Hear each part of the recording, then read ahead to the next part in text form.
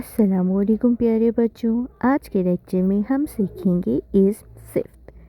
अच्छाई या बुराई या कोई खूबी या खामी ज़ाहिर करे वो इस्म सिफ्त कहलाता है।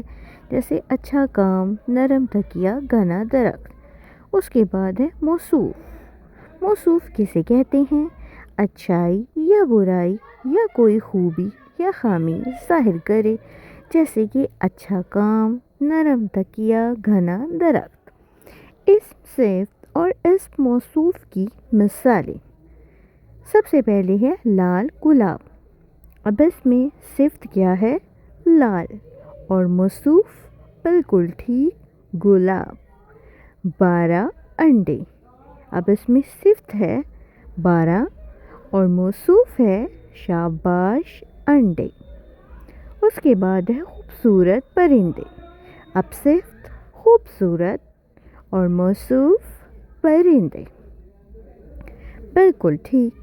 अब हम अगली सरगर्मी देखते हैं। वो क्या है? सिफात को जुमलों में इस्तेमाल।